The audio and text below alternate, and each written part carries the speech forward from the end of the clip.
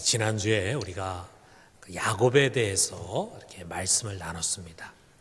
그가 베델에서 처음으로 하나님을 만났죠. 아브라함의 하나님, 이삭의 하나님, 할아버지와 아버지의 하나님이었던 그 하나님이 그 베델에서 비로소 야곱의 하나님, 나의 하나님이 된 것입니다. 거기서 하나님과 만나는 그 체험이 있었던 거예요. 저는 우리가 참 인간이 하나님을 만난다는 게 평범하고 일상적인 게 아니잖아요. 하나님은 우리와 같은 동질의 사람이 아닙니다.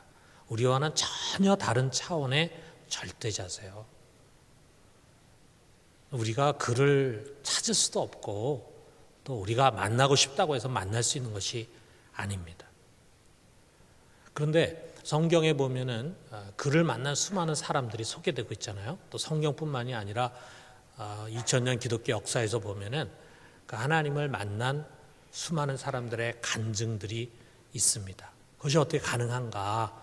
그것은 우리 인간의 지혜와 철학으로 그분을 찾아간 것이 아니라 하나님이 우리를 찾아오셨기 때문이에요. 그가 우리를 만나기 위해서 우리의 눈높이로 내려오셨어요.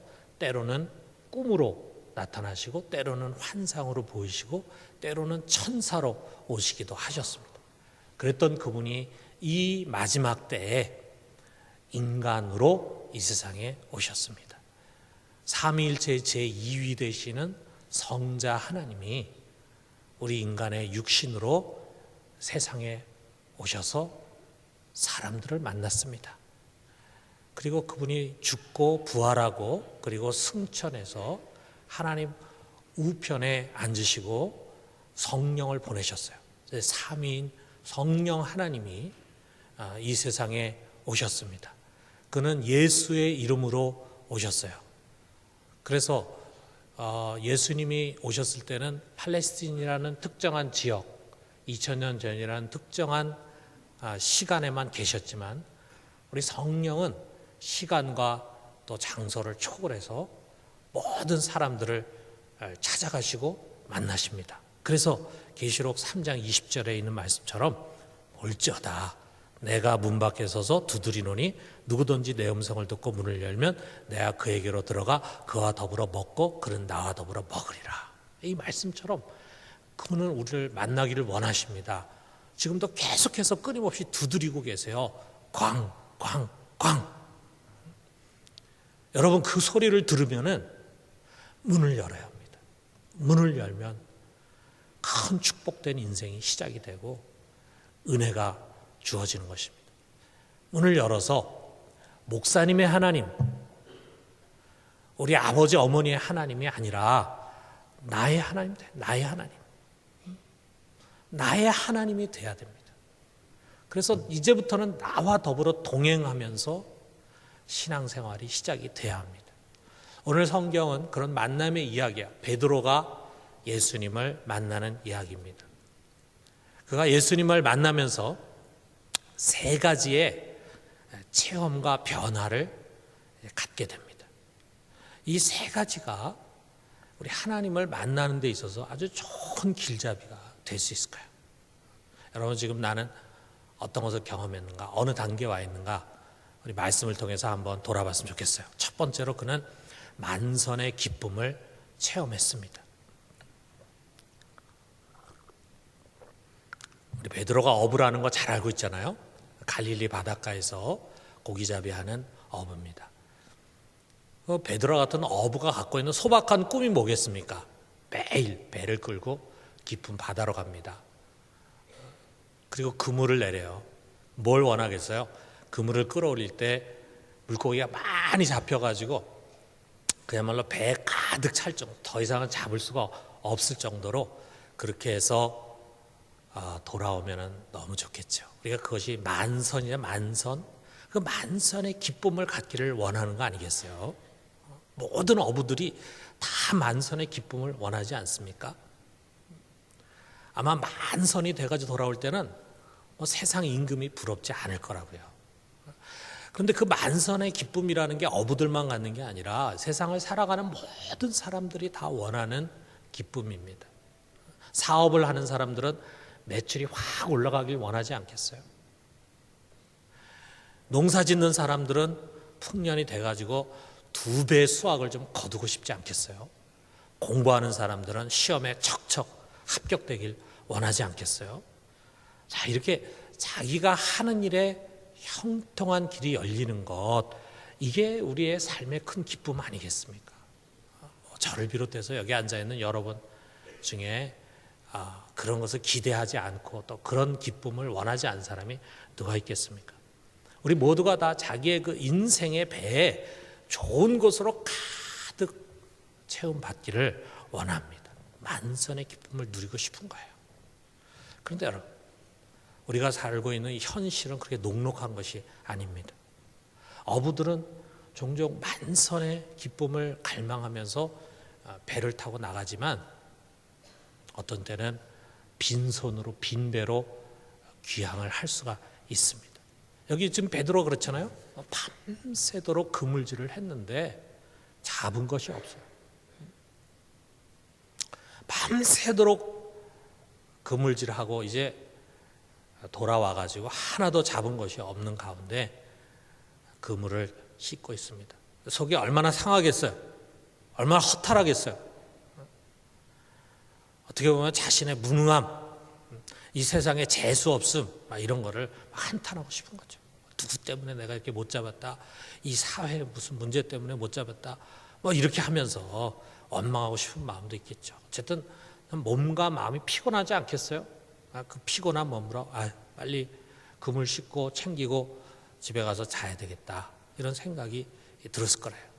이 힘겨운 삶의 자리에 주님께서 찾아오셨어요. 그리고 우리가 잘 아는 것처럼 그의 이 빈 배를 물고기로 가득 채워서 만선이 되게 해 주셨습니다.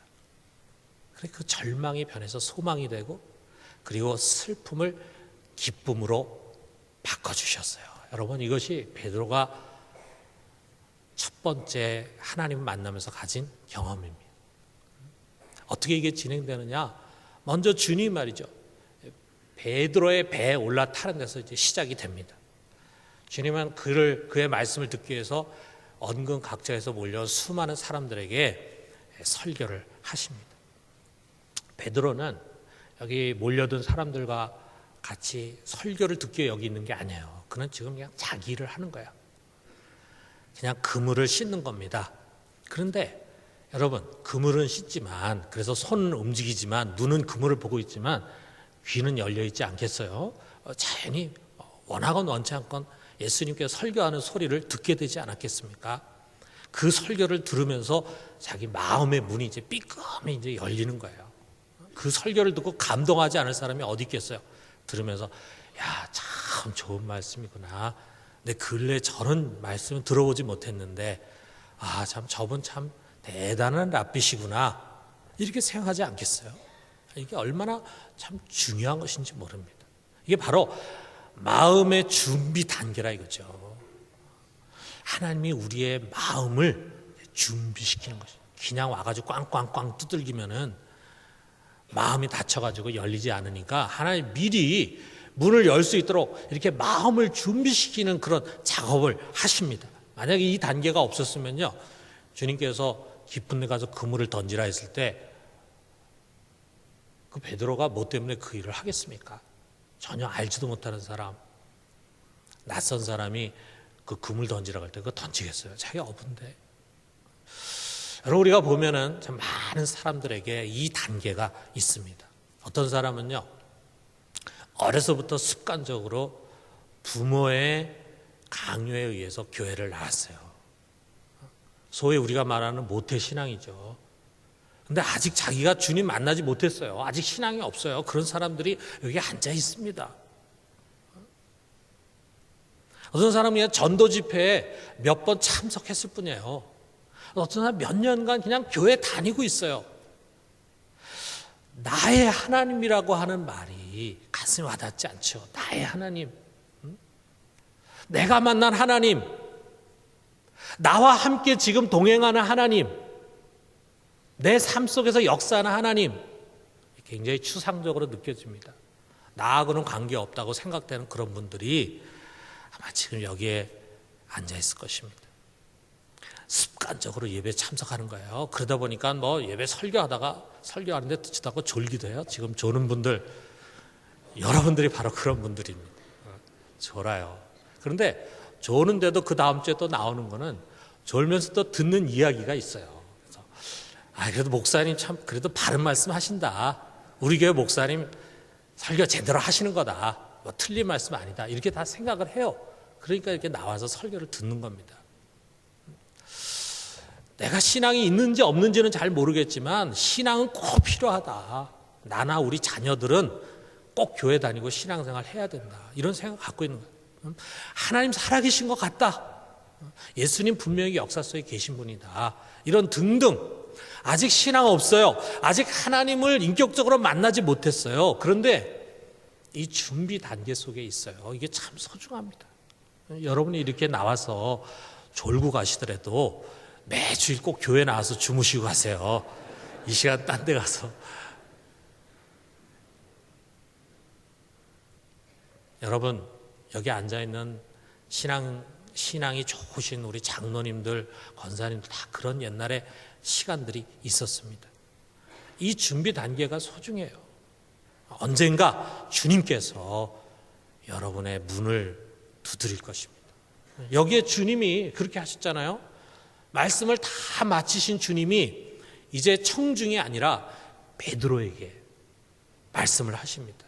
베드로의 문을 두드리는 거예요. 뭐라 그럽니까? 4절에 보니까 깊은 데 가서 그물을 내려 고기를 잡으라. 그냥 권면이 아니에요. 명령입니다. 이거 아주 편한 명령이 아닙니다. 왜냐하면 지금 베드로는 다 정리에 짐 싸가지고 들어가서 좀 자고 싶은데 이제 다시 그 그물을 들고 가서 바다에 던지라. 이거 편한 명령 아니잖아요. 또 사리에 맞는 명령도 아닙니다. 저 그물을 내리라고 명령하시는 그 깊은 바다에 어제 밤새도록 그물 내려봤거든요. 물고기가 없습니다. 그리고 또 우리 상식적으로 볼 때 자 이제 아침에요. 이 아침에는 물고기들이 깊은 곳으로 가는 것이 아니라 얕은 바다로 갑니다. 그러니까 이게 이제 몇십 년 동안 이 갈릴리 바닷가에서 잔뼈가 굵은 이 어부인 베드로의 경험으로 볼 때 예수님 말씀대로 그 깊은 바다에 가서 그물 던지면 물고기 못 잡습니다. 허탕입니다. 그러면 베드로로서는 당연히 노라고 말해야 되잖아요. 그런데 놀랍게도 그는 이렇게 말합니다. 5절에 보니까 선생님 우리들이 밤이 맞도록 수고했을 때 잡은 것이 없지만은 말씀에 의지하여 내가 그물을 내리리이다. 말씀에 의지하여 이렇게 말해요. 그 뜻은 내가 당신의 말씀을 믿고 해보겠습니다 라고 하는 말이에요. 주님의 말씀에 나의 상식과 의지를 굴복하고 순종하겠습니다 라고 하는 것입니다. 그래서 배를 끌고 나가서 그물을 던졌어요. 여러분 어떤 일이 일어났습니까? 정말 놀라운 일이 일어났잖아요. 분명히 어젯밤에는 그렇게 그물질에도 고기 한 마리 안 잡혔는데 그 같은 자리에 그물 던졌는데 엄청난 고기가 올라오는데 끝이 없이 고기를 퍼대는 거예요. 그러니까 막 이 고기가 막 배에 이렇게 꽉 차서 배가 잠길 정도 되니까 막 빨리 급히 또 다른 배를 불렀습니다. 그래서 그 배 와가지고 또 거기도 실었어요. 그래서 두 배에 꽉 잠길 만큼 그렇게 만선이 되고 말았습니다. 여러분 참 이게 중요합니다. 한번 순종하고 뛰어내리는 거예요. 지금까지 늘 하던 습관적인 신앙생활 여기서 한번 뛰어내리는 거예요. 우리의 합리적인 생각, 세상 지식, 경륜, 상식 이런 거 앞세워 가지고는요 여러분 평생 하나님 만날 수가 없습니다. 이제 한번 하나님의 말씀을 믿고 한번 나를 던져보는 거예요. 한 자매가 있는데 사업 수완이 참 좋은 분이에요. 그래가지고 이분이 공장을 차리고 동대문에 이제 큰 가게를 열어가지고 돈을 막 벌고 그랬는데 그만 어느 날 큰 사고가 났어요. 막 공장에 불이 났습니다. 그래가지고 홀딱 다 태웠어요. 그거 다 빚을 져가지고 세운 공장인데 그게 다 불이 나니까 뭐 어떻게 되겠어요? 막 순식간에 다 망해버리는 거죠. 그래가지고 막 빚더미에 올라앉았어요. 막 빚쟁이들이 몰려와가지고 매일매일 괴롭힙니다. 정말 죽고 싶죠. 막 절망감에서 뭐 어떻게 자기가 여기서 돈도 없고 일어나고 회생할 그런 힘도 없고 소망이 없어. 그래서 하루는 그냥 갖고 있는 돈 한 20만 원 주머니에 넣고 그리고 이제 어디 멀리 떠나서 가서 며칠에도 살다가 오지 않으면 자기 죽을 것 같아. 그래서 도망을 이제 가기로 했어요. 가가지고 이제 서울에 가면 미아리 고개가 있습니다. 그 미아리 고개를 이렇게 올라가는데 교회 종소리가 들리는 거예요.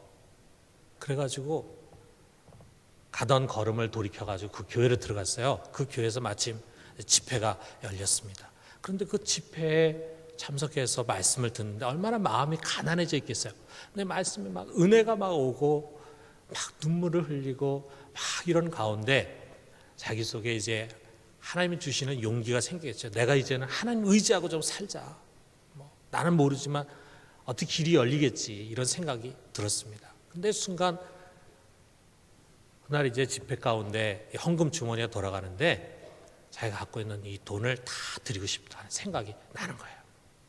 모르죠. 하나님이 그 시간에 네가 갖고 있는 거를 다 나에게 바쳐라. 그런 말씀을 했을지 모르죠. 그런데 마음 한구석에 또 그러지 않겠어요? 이거밖에 돈이 없는데 이거 다 주면은 그 다음에 내가 어떡하나 이런 생각 들지 않겠어요? 뭐 돈 한 푼이 아쉬운 그런 때니까. 그런데 마음에 결단을 하고 그 돈을 다 헌금을 했습니다. 그런데 여러분 어떤 일이 일어난 줄 아세요? 그 즈음에 말이에요. 이 채권자들이 모였어요. 어떻게 하면은 우리 빌려준 돈, 꿔준 돈을 받아낼 수 있을까? 그걸 궁리하기 위해서 모였어요. 모여가지고 이제 막 성토대가 열렸겠죠. 이 여자에 대한 성토대가 열렸겠죠. 근데 막 이야기하는 가운데 누가 그런 얘기 합니다. 근데 여러분 우리가 한번 생각해 봅시다. 이 사람이 무슨 우리 돈을 가지고 못된 짓 하려고 그런 것도 아니고 또 장사 수완이 없어 그런 것도 아니고 불이 나가지고 그걸 홀라당 태워가지고 이렇게 망했는데 우리가 아는 것처럼 이 사람 장사도 잘하고 사업 수완이 있지 않습니까? 우리가 이대로 놔둬봐야 얻는 돈 하나도 없으니까 우리가 차라리 이 사람 다시 재기할 수 있도록 도와줍시다. 그래가지고 그 채권자들이 돈 받으려고 했던 채권자들이 돈을 내가지고 돈을 걷어가지고 이 여자한테 가져왔어요. 그래가지고 당신 다시 한번 시작해봐라. 야, 대단하잖아요. 그래가지고 그 돈을 가지고 이 여자가 다시 시작해가지고 사업이 성공했어요. 큰 부자가 됐어요. 부자가 됐을 때 제가 그 집에 가정교사로 들어갔습니다. 거기서 만났어요. 여러분 참 우리가 때로 하나님이 이렇게 우리 인생 속에 문을 두드릴 때가 있어요. 여러분 그럴 때 우리가 우리의 상식과 또 우리의 경험을 앞세우지 말고 한번 하나님 말씀에 순종하는 거예요. 예수님께서 이미 죽어서 나흘이 된 나사로의 무덤 앞에서 그 무덤 문을 열어라 하면서 마르다에게 뭐라 그랬습니까? 요한복음 11장 40절에 보니까 내 말이 내가 믿으면 하나님의 영광을 보리라 하지 아니하느냐. 내가 믿으면 하나님의 영광을 볼 것이다. 여러분 우리가 믿으면 그 하나님을 보게 됩니다. 하나님 만나게 됩니다. 여러분 때때로 주님께서 우리의 인생의 문을 두드리십니다. 너의 그 좁은 상식 내던지고 내 말을 의지해라. 그러면 너는 만선의 기쁨을 얻을 것이다. 여러분 그 음성에 순종해서 살아계신 하나님을 꼭 만날 수 있게 되기를 주님의 이름으로 축원합니다. 두 번째로는 자신의 죄인됨을 고백하는 거예요. 이 베드로는 예수를 만나는 순간에 어떤 일이 일어났습니까? 큰 돈을 손에 쥐게 되지 않았겠어요? 그 만선을 2배 가득 찬 그 고기를 갖다 팔았으면 큰 돈 벌지 않았겠어요? 그럼 그가 이런 생각이 이제 들 수도 있었을 거예요. 야, 내 나이 늙어서 이제 비로소 성공의 지름길을 찾았다. 이분만 있으면은 출항할 때마다 여기다 금을 내려라, 저기다 금을 내려라 해가지고 금을 내리면은 거기서 물고기 잔뜩 잡고 그러면 내가 이제 만선은 그야말로 따는 당사 아니냐. 이분은 꽉 붙잡자 해가지고 주님 어디 딴 데 가지 마시고 저와 함께 해주십시오. 이렇게 머리가 굴러갈 수 있잖아요. 여러분, 교회에는 이런 사람들이 꽤 많습니다.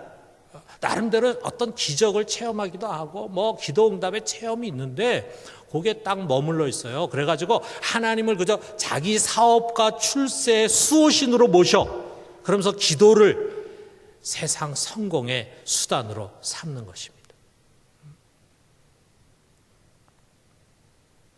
지난번에 나의 기도에 응답하셔서 기적을 일으켜 주시고 큰 역사 일으켜 살게 하신 주님, 이번에도 기도에 응답해 주셔서 일이 잘 풀리게 해 주시고 성공하게 해 주십시오. 이런 식의 기도를 끊임없이 드린다 이거예요. 여러분, 베드로는 어떻게 했습니까?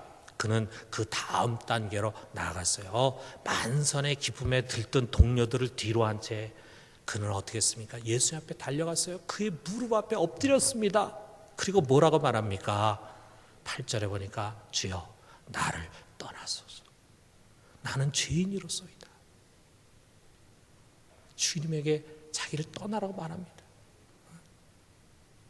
어떻게 이런 반응을 보입니까? 뭔지는 정확하게 모르지만 그는 이 놀라운 기적 앞에서 예수가 그야말로 신적 권위를 갖고 있는 하나님의 사람이라는 확신이 들었을 거예요. 순간 그는 사람 앞이 아니라 하나님 앞에 서게 된 것입니다. 그리고 하나님 앞에 서게 될 때 그가 깨달은 것은 이거예요. 나는 죄인이로소이다.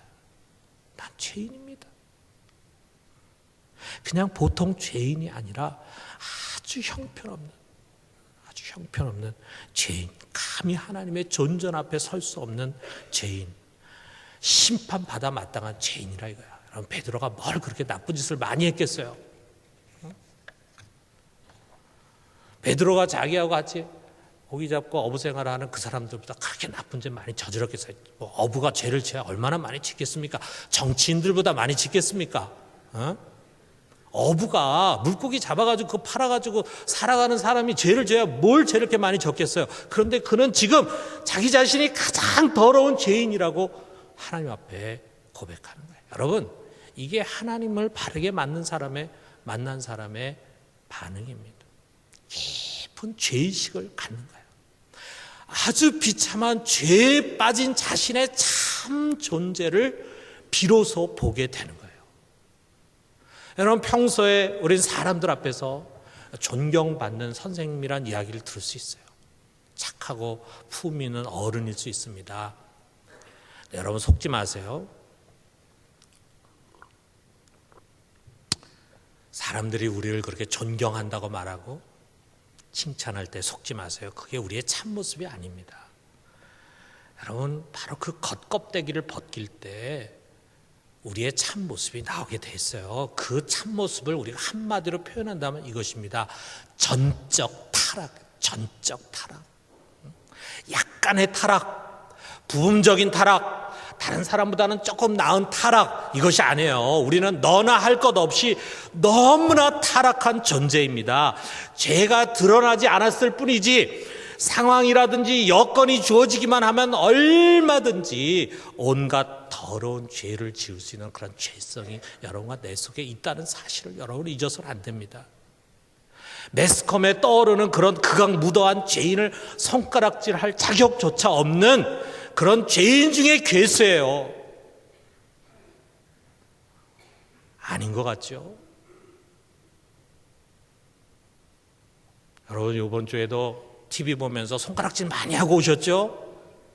손가락질 하면서 어떻게 저런 사람이 있을 수가 있나? 나는 저런 사람 아니다.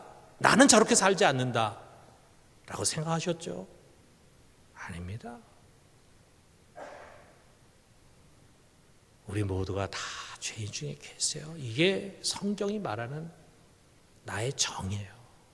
근데 평소에 우리가 우리 자신을 보는 게 거울이잖아요. 근데 평상시 우리가 보는 거울은 이 모습을 감춥니다. 오히려 선하고 이쁘고 점잖아 그렇게 포장된 모습을 우리에게 보여줘요. 그래서 우리가 그 모습 보면서 대견해합니다.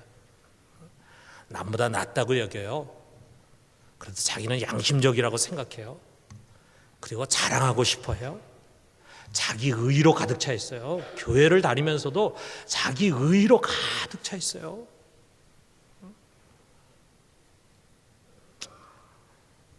이렇게 속고 우리가 살아가는 것입니다. 여러분, 좀 징그러운 이야기지만 실제로 있었던 일을 하나 얘기해 드릴게요. 헝가리의 남부 도시에 세게드라는 조그만 도시가 있는데 거기에 실제 일어났던 일이에요. 거기에 이제 어느 집을 리모델링 하겠다 해가지고 인부들이 거기서 이제 리모델링을 하는데 집을 전체를 뒤져보지 않겠어요? 지하 창고에 들어가니까 거기에 이 큰 술통 있죠. 300리터 되는 아주 큰 술통이 있는 거예요. 그래가지고 혹시 여기 술이 들었나 두들겨보고 해가지고 꼭지를 열어보니 거기서 술이 나오는 거예요. 술이 나와가지고 그 술을 먹어보니까 야, 세상에 이렇게 맛있는 술은 여태까지 먹어본 적이 없어. 럼주가 나오는데 와, 그 맛이 막 최고입니다. 그래가지고 거기 있는 인부들이 거기서 며칠 동안 일하면서 꼴짝꼴짝 그걸 다 마셨어요. 다 마시니까 더 이상 이제 술이 나오질 않아. 그러니까 이 술통을 이제 옮겨야 되겠다고 옮기려고 했는데 술이 하나도 없는 빈통인데 무거워요. 그래서 야, 이게 뭐 속에 뭐가 들었나 해가지고 그 뚜껑을 열고 보니까 거기에 한 남자의 시신이 들어있었습니다. 20년 전에 죽은 외교관의 시신이 거기 들어있었대요. 그거 알았으면 여러분 그거 먹었겠습니까? 그거 마셨겠습니까? 그게 얼마나 지저분하고 더러운 겁니까? 그런데 그거를 그렇게 맛있다고 먹었다 이거예요. 어떻게 보면 여러분 이게 우리들의 모습과도 같아요. 예수님은 그랬잖아요. 회칠한 무덤, 속에는 뼈다귀와 해골들이 득실거리는데 겉에는 아주 그럴듯하게 회칠해 있어요. 깨끗해 보여요. 우리 인간의 참된 모습이 바로 그것입니다. 그런데 우리가 평상시에 거울로는 그게 보이질 않습니다. 그런데 하나님을 만날 때, 하나님 앞에 우리가 서게 될 때 비로소 우리의 중심을 꿰뚫는 그의 날카로운 눈을 의식하는 거예요. 우리의 실상을 보는 거예요. 두렵습니다. 마치 재판관 앞에 서 있는 그런 두려움이 우리 속에 일어납니다. 그렇기 때문에 여러분, 우리가 하나님을 만나면서 신앙생활을 시작했다, 신앙생활을 벌써 시작했다라고 할 때 그 신앙생활을 시작한 표지는 뭐냐? 전에 없는 커다란 고통이 그에게 찾아와요. 신앙생활 우리 하나님 만나 기쁨도 있지만 커다란 고통이 찾아와. 어떤 고통이 옵니까? 죄에 굉장히 민감해집니다. 내가 저지른 죄악된 행위들이 너무나 부끄럽고 후회스럽습니다. 여전히 떨쳐버리지 못하는 죄의 습관, 나의 연약한 모습들이 너무 싫어가지고 멀리 도망가고 싶어요. 차라리 내가 신앙을 갖지 않고 살았으면은 그냥 이런 걸 모르고 그냥 살았으면 좋았을 것 하는 그런 후회도 들 때가 있어요.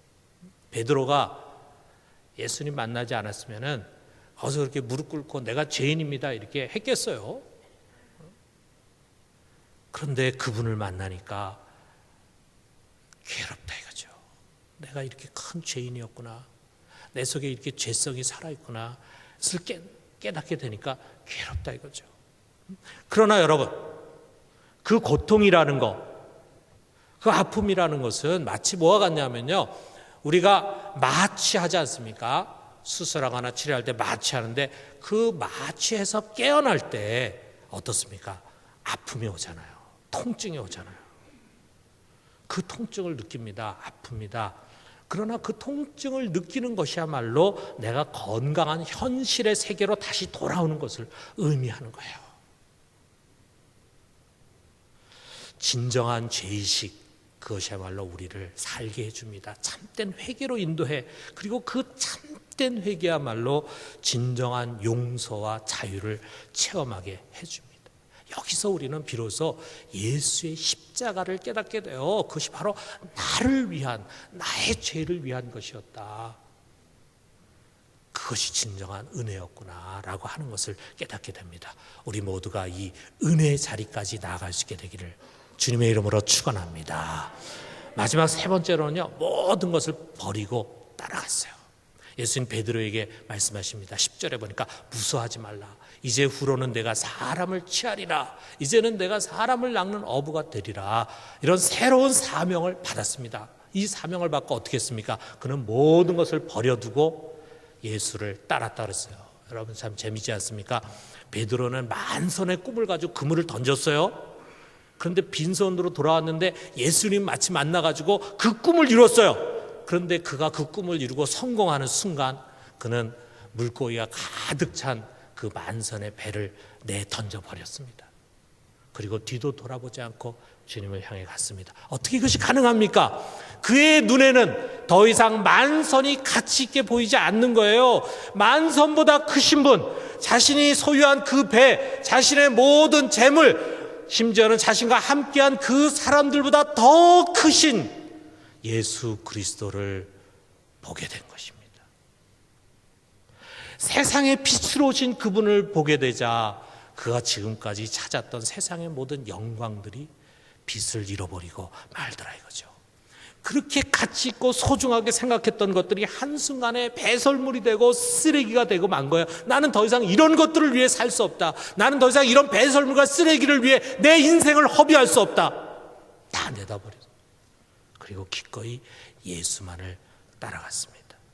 여러분, 이것이 정말 하나님을 만난 사람의 모습입니다. 우리 성경에 보세요. 삭개오라는 사람 보세요. 그가 예수를 만났을 때 뭐라 그랬습니까? 누가복음 19장 8절에 보니까 주여 보시옵소서 내 소유의 절반을 가난한 자들에게 주겠사오며 만일 누구의 것을 속여 빼앗은 일이 있으면 네 갑절이나 갚겠나이다.